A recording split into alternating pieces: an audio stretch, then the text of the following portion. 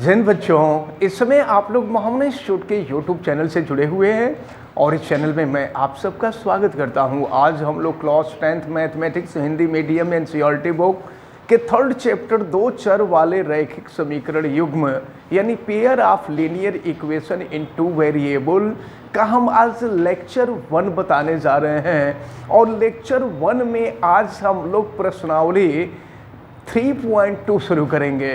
प्रश्नावली 3.2 शुरू करें इसके पहले कुछ फार्मूलों को आप अच्छी तरह से समझ लीजिए, जिसमें जो पहला आप जैसा कि जानते हैं कि दो चर वाले रैखिक समीकरण युग्म।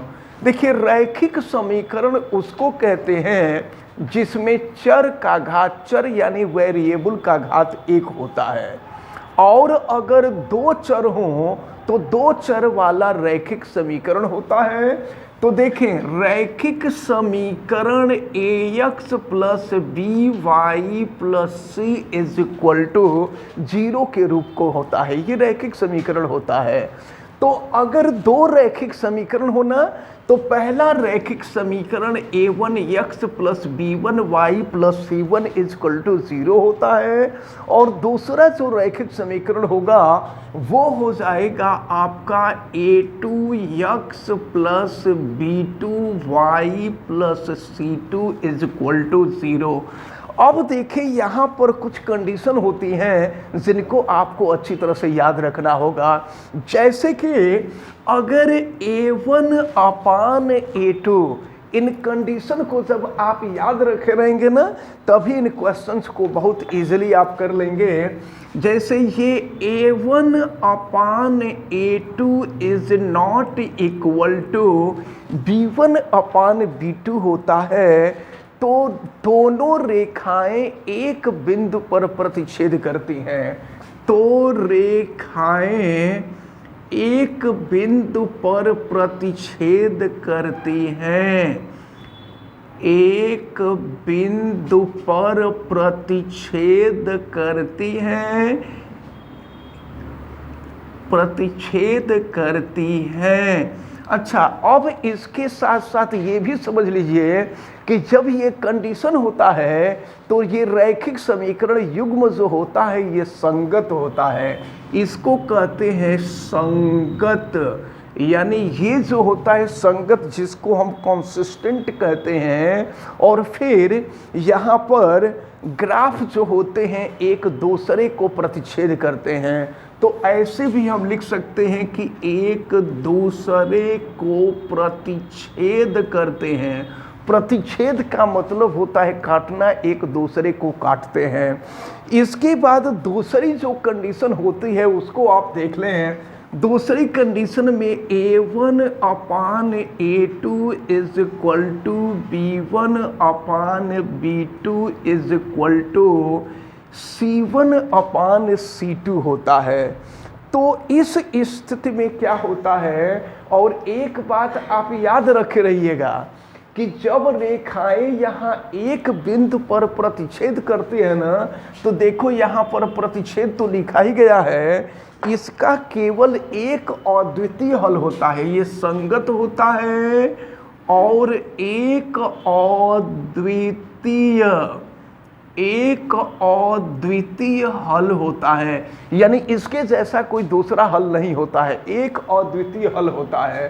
अब दूसरी स्थिति देखा जाए, दूसरी स्थिति में क्या होता है कि जब a1 upon a2 is equal to v1 upon v2 is equal to c1 upon c2 हो जाता है ना, तो रेखाएं समपाती हो जाती हैं। समपाती का मतलब एक रेखा के ऊपर दूसरी रेखा आ जाती है, एक ही रेखा के ऊपर जो है दूसरी रेखा आ जाती है, तो समपाती हो जाती हैं। और अपरिमित रूप से अनेक हल होते हैं। ऐसी स्थिति में अपरिमित रूप से अनंत हल होते हैं। इसको आपको ध्यान में रखना होगा। अपरिमित रूप से अनंत हल होंगे और संगत होंगे, इसको भी आपको ध्यान में रखना होगा। ये जो कंडीशन हम बता रहे हैं, इस कंडीशन को आप भली भांति याद रखे रहिएगा। अब इसके बाद जो तीसरी वाली कंडीशन आती है ना, तीसरी वाली कंडीशन आती है कि A1 upon A2 is equal to B1 upon B2 is not equal to C1 upon C2 होता है। जब ये कंडीशन आती है तो रेखाएं समांतर होती हैं, रेखाएं होती हैं समांतर होती हैं और इनका कोई हल नहीं होता, इसका कोई सलूशन ही नहीं मिलता है। यानी इसका कोई हल नहीं होता है, कोई हल नहीं होता है। और हम आपको बता दें यह असंगत होता है, असंगत होता है। तो ये जितने तीनों जो कंडीशन हैं, इन तीनों कंडीशन को आप लोग याद रखे रहेंगे, तब जाकर के हम लोगों की प्रश्नावली 3.2 और 3.2 का हम लोगों को क्वेश्चन नंबर 2 देखना है। क्वेश्चन नंबर 1 हम लोग देख चुके हैं, जिसका वीडियो नहीं बना है लेकिन देखा जा चुका है। तो हम लोग अब क्वेश्चन नंबर 2 देखेंगे। तो चले आप सभी लोग ध्यानपूर्वक देखें। हम प्रश्नावली 3.2 का क्वेश्चन नंबर 2 हम लोग देखेंगे और क्वेश्चन नंबर 2 में आप सभी लोग ध्यानपूर्वक देखें कि क्वेश्चन क्या कहा गया है। प्रश्न संख्या ये देखें, प्रश्नावली 3.2, प्रश्नावली ये होगी प्रश्नावली आपकी 3.2 और 3.2 में हम लोग क्वेश्चन नंबर 2 देखेंगे। प्रश्न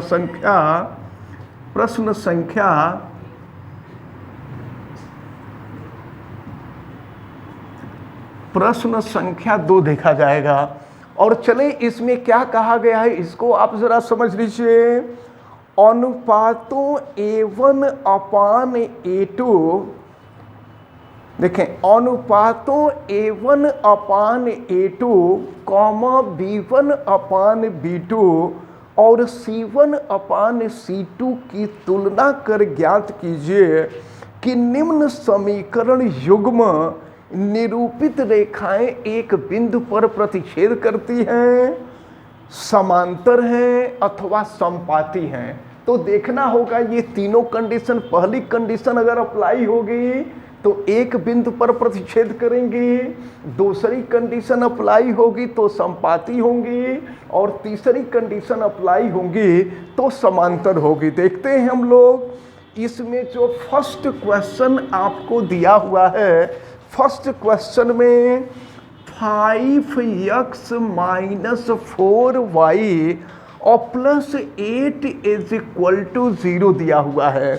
इसके बाद दूसरे समीकरण को अगर हम लोग देखें तो दूसरे समीकरण में दिया हुआ है 7x plus 6y minus 9 is equal to 0। तो अब देखिए आप जरा, ये है इक्वेशन नंबर 1 और ये है इक्वेशन नंबर 2। अब हम लोग यहाँ पर देखेंगे कि पहले सबसे पहले A1, A2, A3, B1, B2, B3 की वैल्यू हम नोट करेंगे। इक्वेशन 1 में जो x का कोफिशिएंट होगा वो A1 होगा, A1 की वैल्यू 5 हो गई।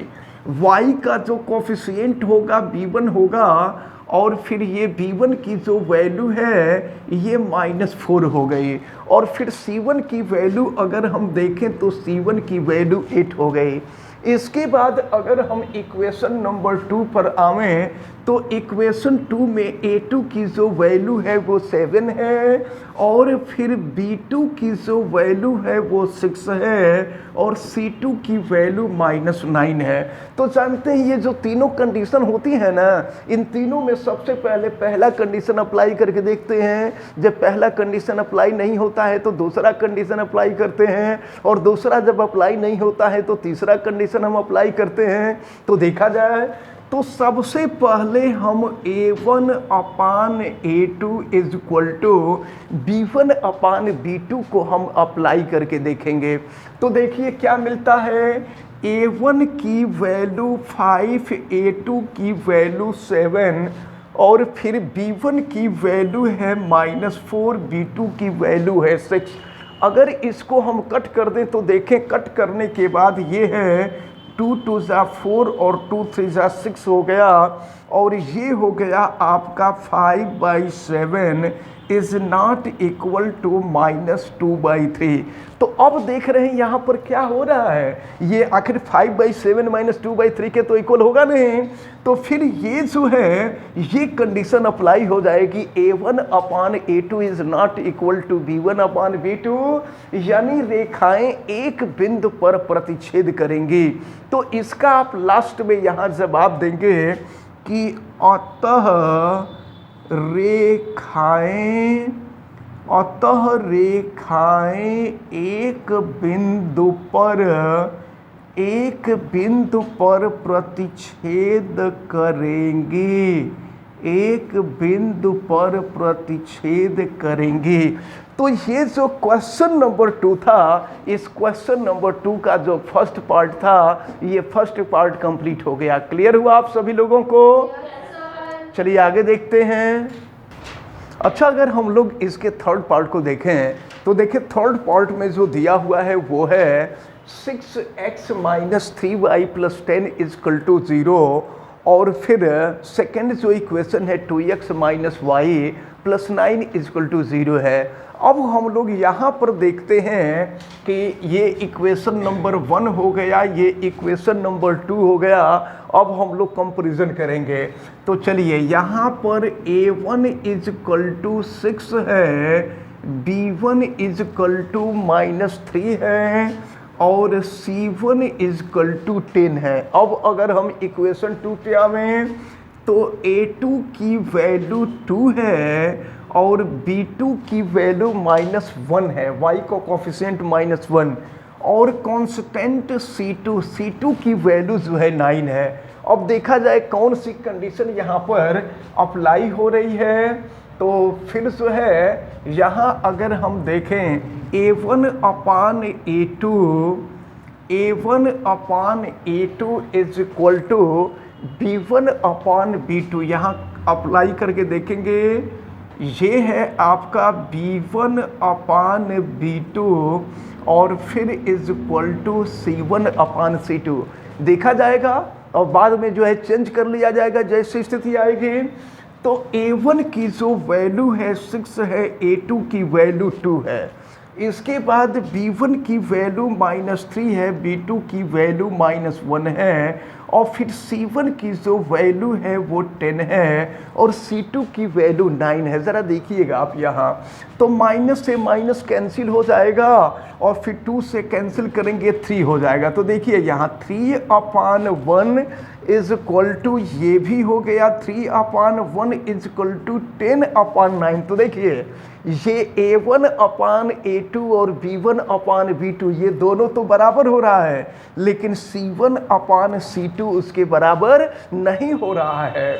तो यानी A1 upon A2 is equal to B1 upon B2 is not equal to C1 upon C2, यानी थर्ड वाली कंडीशन अप्लाई हो रही है। तो जब थर्ड वाली कंडीशन अप्लाई हो रही तो हम कह देंगे कि अतः रेखाएं समांतर हैं। आपसे यही पूछा जा रहा था कि रेखाएं एक बिंदु पर प्रतिच्छेद करती हैं, समपाती हैं या समांतर हैं। तो हम कह देंगे कि अतः रेखाएं समांतर हैं, यहाँ लिख देंगे अतः रेखाएं समांतर हैं, रेखाएं समांतर हैं।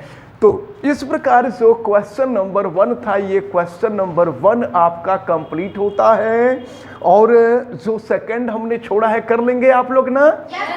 चलिए अब हम आगे बढ़ते हैं और देखते हैं क्वेश्चन नंबर 3 को।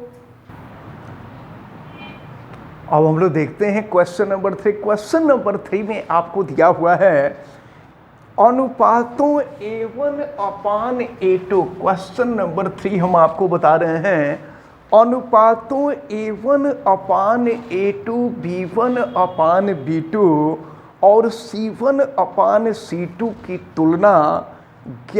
तुलना करके ज्ञात कीजिए कि रैखिक समीकरण युग्म संगत है या असंगत है। तो संगत के लिए देखिए हमने बताया पहली कंडीशन होगी और दूसरी कंडीशन होगी ना तो संगत होगा और नहीं तो असंगत होगा। तो चलिए देखते हैं, हम आते हैं क्वेश्चन नंबर 1 पर। क्वेश्चन नंबर 3 का जो फर्स्ट पार्ट है, फर्स्ट पार्ट को हम देखते हैं। ये दिया हुआ है 3x + 2y और इज इक्वल टू दिया हुआ है 5, और जो दूसरा इक्वेशन है उसमें आपको दिया हुआ है 2x - 3y is equal to 7 दिया है। तो इसको थोड़ा सा सही तरीके से अगर हम कर लें तो -1 is equal to 0 -7 is equal to 0। ये है आपका इक्वेशन नंबर 1 और ये है इक्वेशन नंबर 2। अब हम लोग इसको देखते हैं A1 B1 C1 A2 B2 C2 की वैल्यू ज्ञात करें। तो यहाँ देखें A1 की जो वैल्यू होगी 3 होगी, B1 की वैल्यू 2 होगी और C1 की जो वैल्यू है वो -5 हो जाएगी। फिर यहाँ पर A2 की वैल्यू देखें 2, फिर B2 की वैल्यू -3 और C2 की जो वैल्यू होगी वो -7 हो जाएगी, -7 हो जाएगी। और फिर हम लोग जो है इसका कंपैरिजन करेंगे तो देखा जाए A1 upon A2 is equal to B1 upon B2। पहली कंडीशन हम पहले अप्लाई करते हैं। तो अब देखें क्या है, A1 है ये 3/2 और इज इक्वल टू B1 की वैल्यू है 2 और -3। आप देख रहे हैं ना, ये है यहाँ पर 3/2 है और यहाँ 2/-3 है। ये दोनों इक्वल नहीं है, दोनों इक्वल नहीं है, बराबर नहीं है, यानी A1 upon A2 is not equal to B1 upon B2 की कंडीशन आ जाएगी। इसका मतलब ये हुआ कि रेखाएं एक बिंदु पर प्रतिच्छेद कर रही हैं। तो जब रेखाएं एक बिंदु पर प्रतिच्छेद करेंगी तो संगत हो जाएगा। लिखेंगे रेखाएं एक बिंदु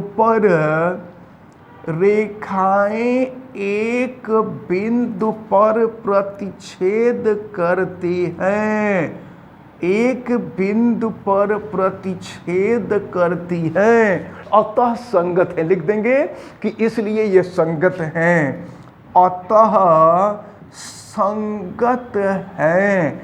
ये आपसे पूछा जा रहा था। तो ये जो फर्स्ट क्वेश्चन था, ये जो फर्स्ट पार्ट था, बिल्कुल ऐसे ही आप लोग सेकेंड पार्ट को करेंगे। अब हम आपको थर्ड पार्ट बता दे रहे हैं। थर्ड पार्ट थोड़ा सा टेक्निकल है। ये चीज़ क्लियर हो गया आप सभी लोगों को?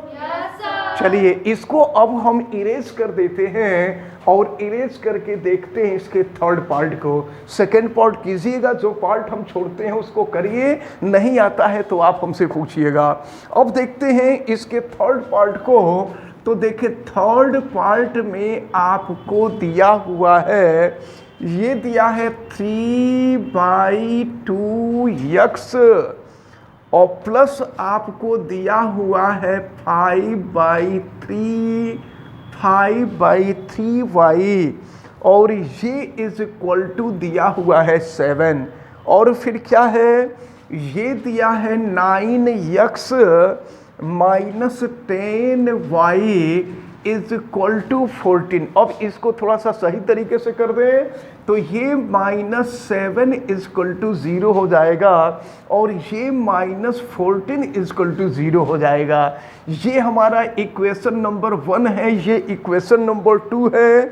और अब हम लोग जो है कंपैरिजन करें अगर, तो इक्वेशन 1 कोफिशिएंट निकालते हैं तो ये हो जाएगा A1 इज इक्वल टू 3/2 और फिर B1 की जो वैल्यू होगी 5/3 और C1 की वैल्यू -7 हो जाएगी।